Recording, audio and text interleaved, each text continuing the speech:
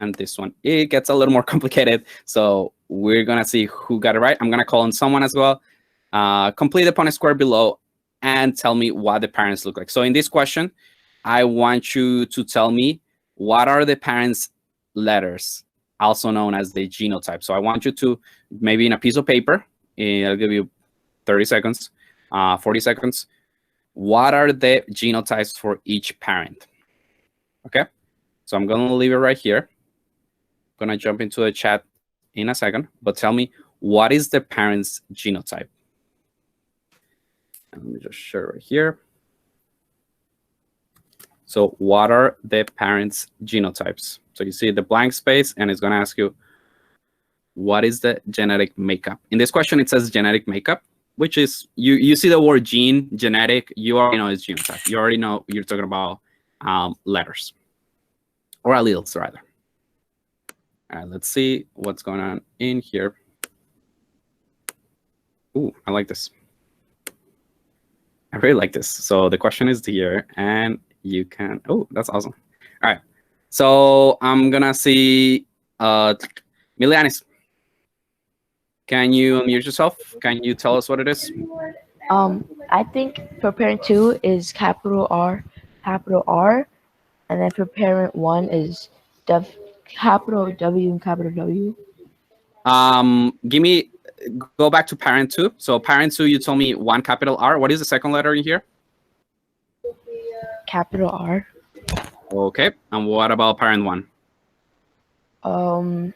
Capital W. Where, here or here? Oh no, yeah, the bottom is capital W. Okay, and what about the first one?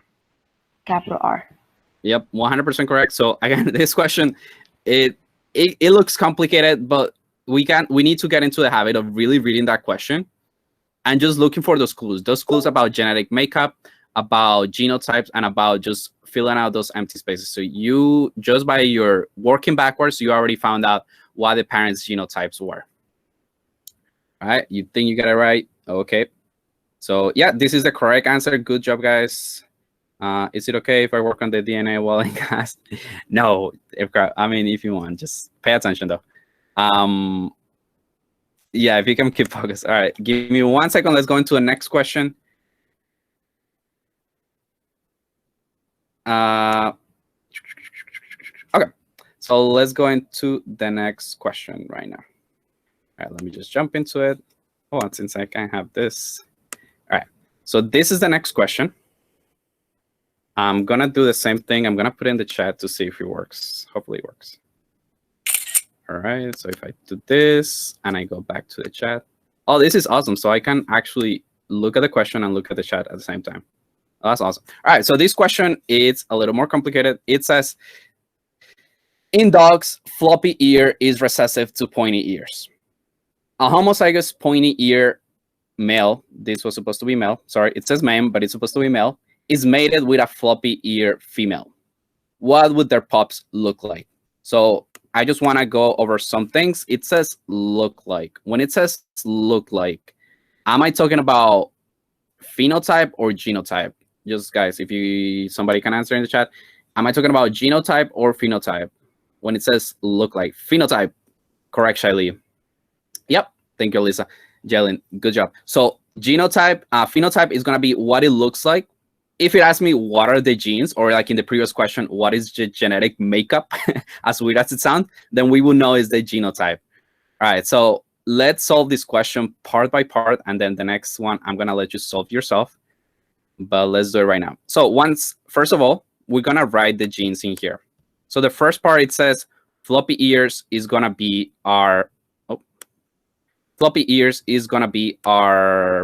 recessive allele, right?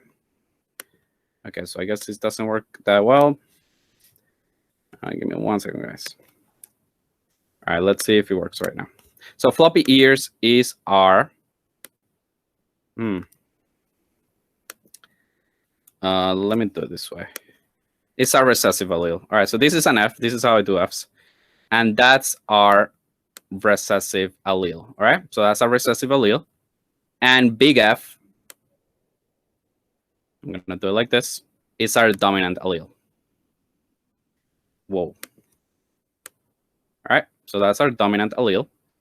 And then it says one homozygous pointy ear male is mated with a floppy ear female. So notice that they tell us what the genotype of the male is, but they don't tell us what the genotype of the female is. So let's start with the male. Homozygous pointy ear. That means that the male is going to be homozygous. So that could be either too little f or too big F. And the key word is pointy ears. So pointy ears is our dominant allele. So we know the father is going to be too big F. Okay, one big F and one big F in here. And then the next part is mated with a floppy ear female. So it doesn't tell us the genotype of the female. It just tells us the phenotype. What do you think is the genotype for the female? Julian said FF. Yep, correct. Awesome, Ben. Awesome, Jetalyn. So little f, you are correct. The only way we can get an organisms with a recessive phenotype is if their genotype is homozygous recessive. So let me repeat that once again. The only way you could get a recessive phenotype is if both alleles are recessive. I don't know if you guys remember about recessive diseases, but that's how we actually got a recessive disease, by having 2 copies of the recessive allele. All right, so let's solve this one square first. Guys, I'm gonna let you solve the next one by yourself. Let me just solve this one in here.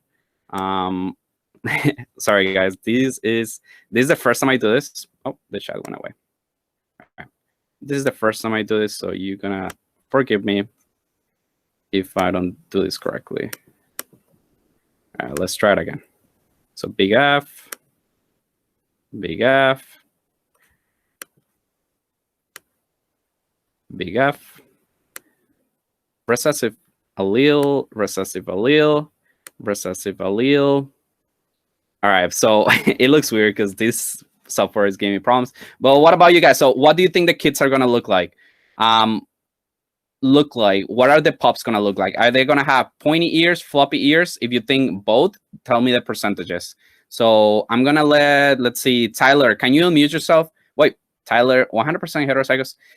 Tyler, unmute yourself, but you just told us the genotype of the pups. What about their phenotype? You say they're 100% heterozygous. What are they gonna look like?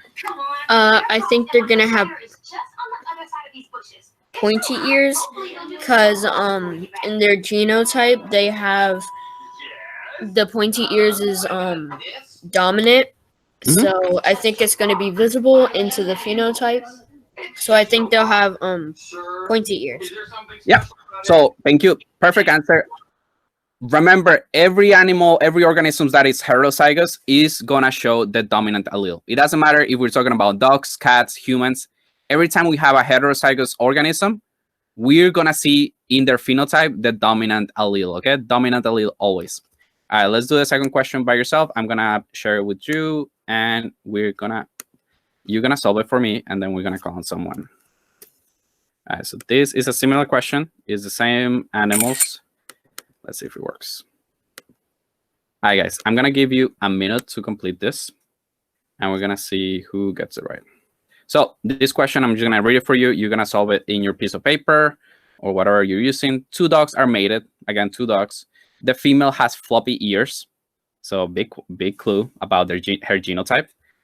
And they have 2 pointy ear pups. So their kids are, 2 of them have pointy ears, and 2 of them have floppy ears.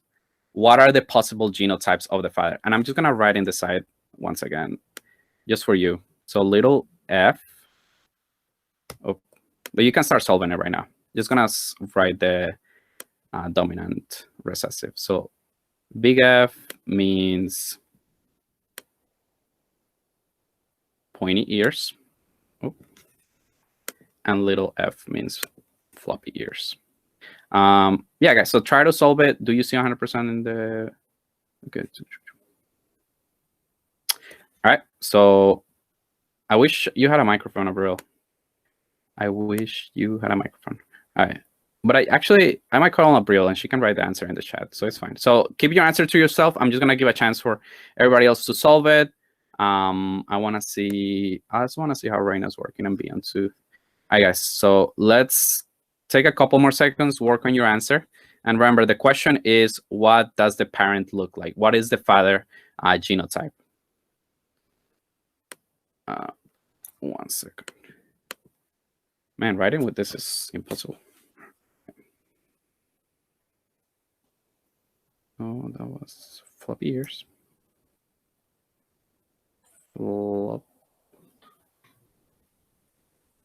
Floppy.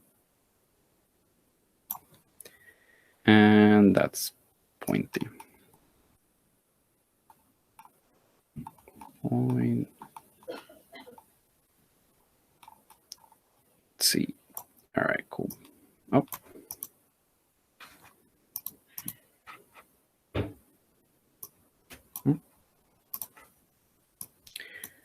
All right. So let me see if Abril, does your microphone still not work? You write in the chat, your microphone still doesn't work.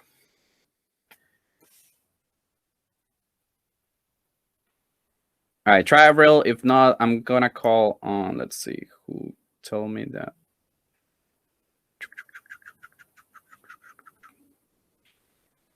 Oh, is that Abril? Yeah, that's me. Okay. What say you? What is the what is your process of thinking? I think the father's genotype is heterozygous. Heterozygous. So I'm gonna write it right here. Oh, I'm gonna write it right here. Stay on the line. So you say it's heterozygous, right? So big F, little f. What makes you say that? It makes me say that because since the question says 2 of them had pointy ears and 2 of them had floppy ears, Mhm. I did one myself, Mhm. and I found that heterozygous fitted that, and it gave me 2 pointy ears and 2 floppy ears. That's perfect. That's the right way to approach it. Before you go, what is the female genotype? So we can solve it, everybody together. What is the female genotype? It's homozygous recessive. All right. Thank you. That was a really good answer. Thank you, Abril. So we're gonna follow Abril's advice and we're gonna do it ourselves.